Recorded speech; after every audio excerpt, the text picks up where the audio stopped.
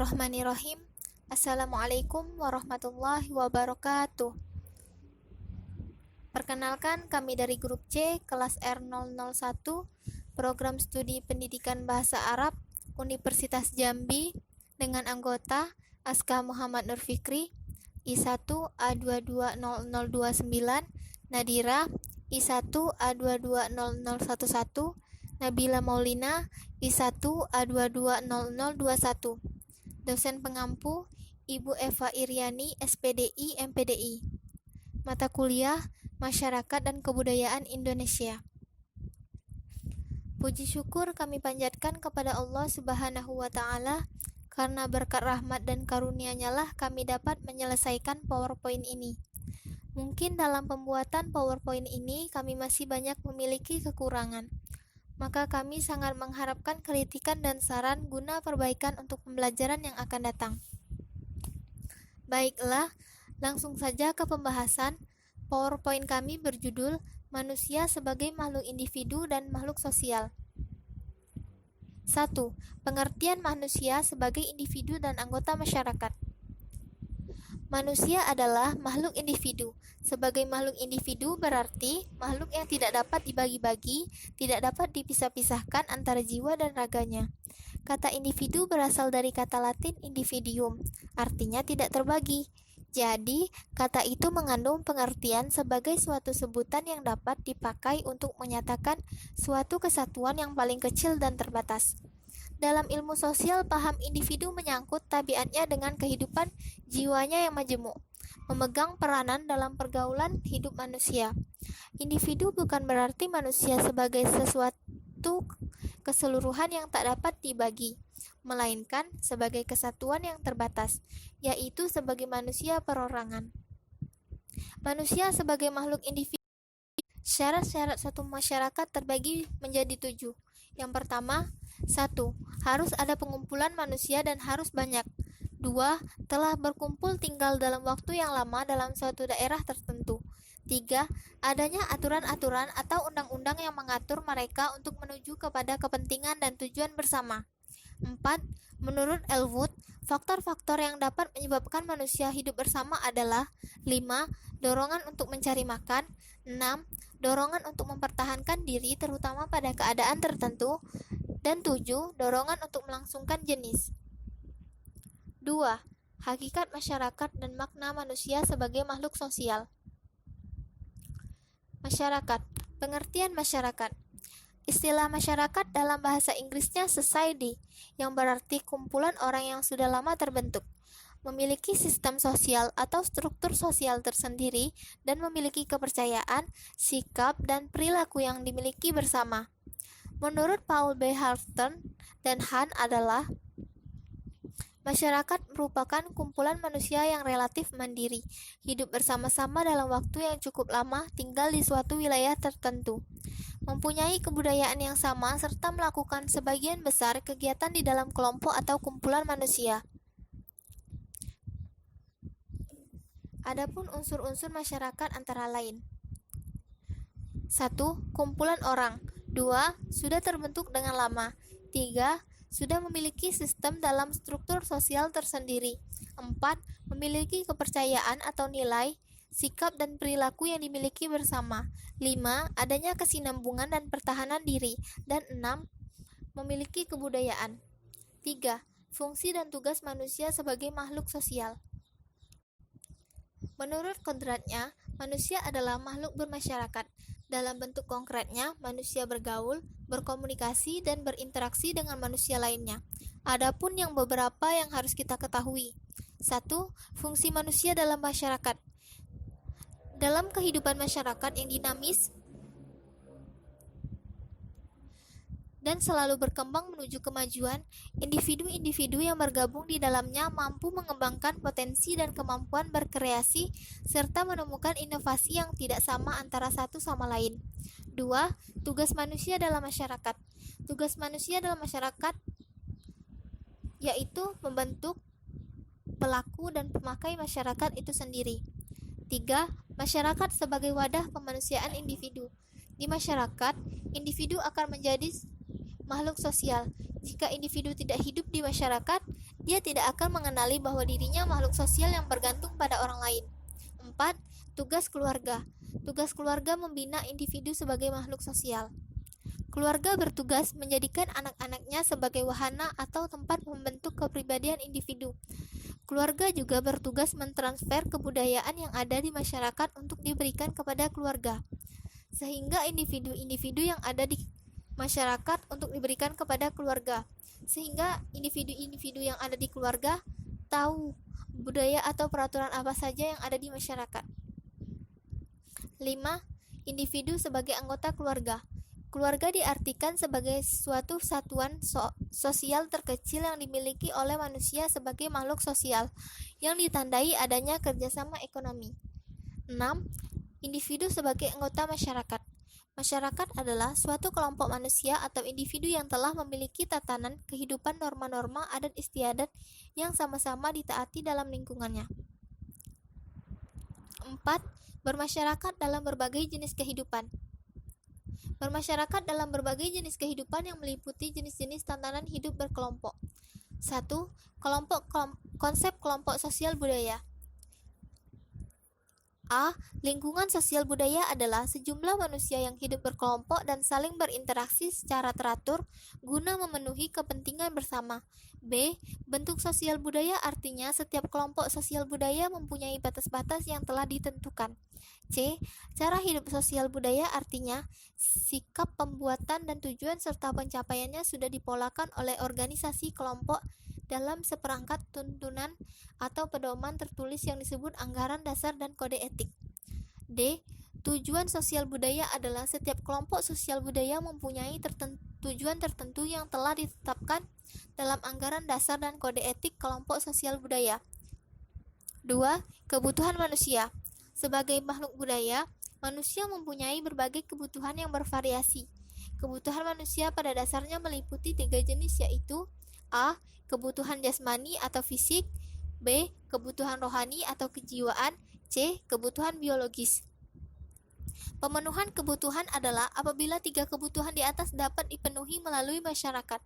Berlakulah bahwa manusia adalah makhluk sosial. Sebagai masyarakat yang hidup berkelompok, ada beberapa tahapan yang harus kita ketahui untuk menjalankan hidup berkelompok, yaitu 1. Hakikat, 2. Norma, 3. Adat istiadat, dan 4. Kebiasaan dalam bermasyarakat. Hakikat norma yang meliputi 1. Norma kesopanan yaitu peraturan yang bersumber dari pergaulan hidup dalam sekelompok manusia. 2. Norma kesusilaan yaitu peraturan yang bersumber dari suara batin atau hati nurani manusia yang diyakini sebagai pedoman hidupnya. 3. Norma agama yaitu serangkaian peraturan yang bersumber dari Tuhan Yang Maha Esa. 4. Norma hukum yaitu aturan yang dibuat oleh negara tercantum secara jelas dalam perundang-undangan. Maka dari itu, sebagai masyarakat kita wajib menaati norma-norma tersebut yang nantinya akan dibawa ke dalam sebuah kelompok atau masyarakat. 5. Hak-hak dan kewajiban individu. A. Hak.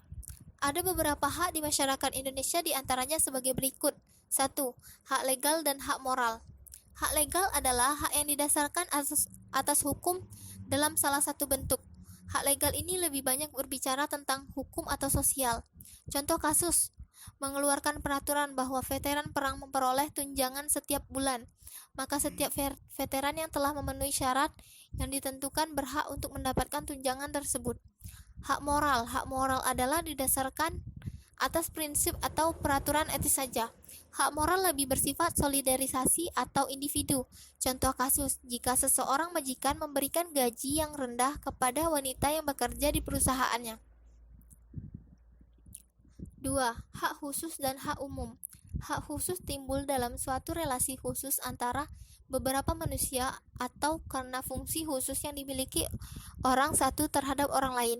Contoh, jika kita meminjam Rp10.000 dari orang lain dengan janji akan saya kembalikan dalam 2 hari, maka orang lain mendapat hak yang dimiliki orang lain. Hak umum.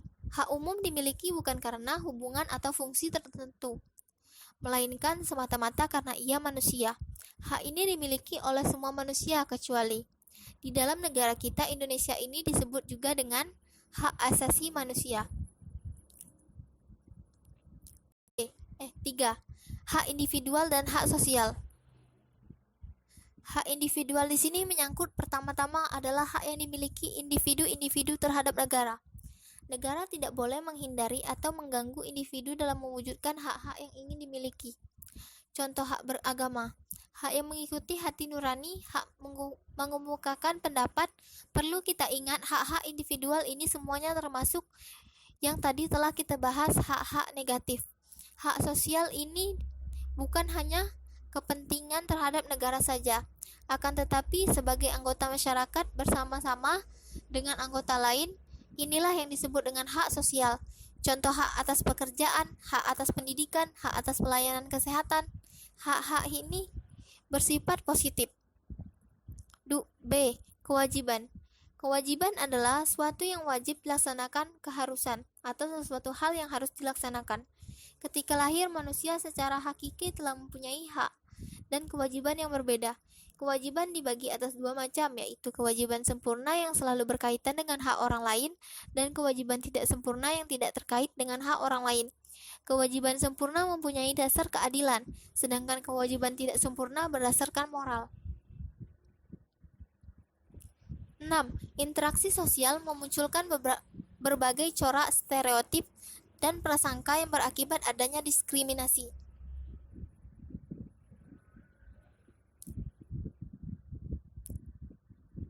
Menurut Mar'at 1984 menjabarkan beberapa faktor penentu prasangka, yaitu antara lain: 1. Kekuasaan faktual yang terlibat hubungan antara mayoritas dan minoritas. 2. Fakta tentang perlakuan terhadap kelompok mayoritas dan minoritas. 3. Fakta mengenai kesempatan usaha pada mayoritas dan minoritas. 4. Fakta mengenai unsur geografis di mana keluarga minoritas menduduki daerah-daerah tertentu. 5. Posisi dan peranan dari sosial ekonomi yang pada umumnya dikuasai oleh kelompok minoritas. 6. Potensi energi eksistensi dari kelompok minoritas dalam mempertahankan hidupnya.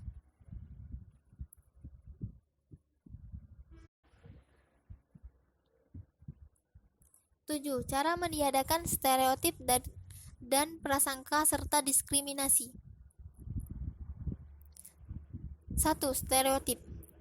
Jangan hanya memandang suatu kelompok atau individu dari satu sisi saja dan mengabaikan sisi lainnya yang merupakan sebuah kelengkapan dalam diri objek dan dilewatkan. Kita harus menyadari bahwa setiap individu terlahir dengan keunikan tersendiri, sehingga tidak perlu disamakan dengan individu yang lain, apalagi kelompok. Menumbuhkan rasa saling menghargai terhadap perbedaan pada suatu kelompok, maka dari itu sudah saatnya masyarakat lebih objektif dalam menerima sebuah stereotip yang hadir di tengah kehidupan bermasyarakat. Di antaranya menanamkan rasa toleransi dalam merajut keberagaman yang dimulai sejak dini. Hal ini perlu dilakukan mengingat stereotip dapat terus-menerus dilestarikan melalui komunikasi yang beredar di kalangan masyarakat dan dapat diturunkan ke generasi berikutnya. 2. Prasangka. Memutuskan siklus prasangka belajar tidak membenci karena dapat membahayakan diri sendiri dan orang lain, dengan cara mencegah orang tua dan orang dewasa lainnya untuk melatih anak-anaknya menjadi fanatik, berinteraksi langsung dengan kelompok berbeda, konteks hipotesis, pandangan bahwa peningkatan kontak secara anggota dari berbagai kelompok sosial dapat efektif mengurangi prasangka di antara mereka. Usaha-usaha tersebut tampaknya berhasil hanya ketika tersebut terjadi di bawah kondisi-kondisi tertentu. Extended context hypothesis, sebuah pandangan yang menyatakan bahwa anggota kelompoknya sendiri telah membentuk persahabatan dengan anggota kelompok outgroup dan dapat mengurangi prasangka terhadap kelompok tersebut. Kategorisasi ulang batas antara kita dan mereka. Hasil dari kategorisasi ulang ini, orang sebenarnya dipandang sebagai anggota outgroup, sekarang dapat dipandang sebagai bagian dari in-group. Intervensi kognitif memotivasi orang lain untuk tidak berprasangka. Penelitian belajar untuk mengatakan tidak pada stereotip. Pengaruh sosial untuk mengurangi prasangka. 3. Diskriminasi. Untuk menghindari sikap diskriminasi, seseorang harus mempunyai sikap kebersamaan. Sikap ini memiliki tujuan tentang adanya kesetaraan, kesamaan, keseimbangan, keselarasan, serta penghargaan terhadap manusia sebagai makhluk ciptaan Tuhan.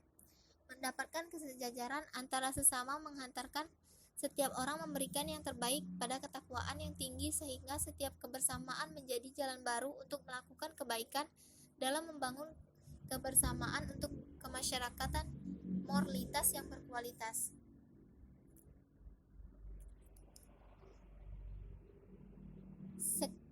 Penutup. Kesimpulan. Manusia sebagai makhluk individu dan makhluk sosial memiliki fungsi dan dalam menjalankan peranannya dalam kehidupan masing-masing. Sebagai makhluk individu, manusia merupakan bagian dan unit terkecil dari kehidupan sosial atau masyarakat dan sebaliknya. Manusia merupakan kumpulan dari berbagai individu. Sebagai manusia tidak dapat hidup sendiri karena kita membutuhkan satu sama lain. Sekian PowerPoint dari kami. Inilah yang dapat kami sampaikan. Lebih dan kurangnya kami mohon maaf. Terima kasih. Wassalamualaikum warahmatullahi wabarakatuh.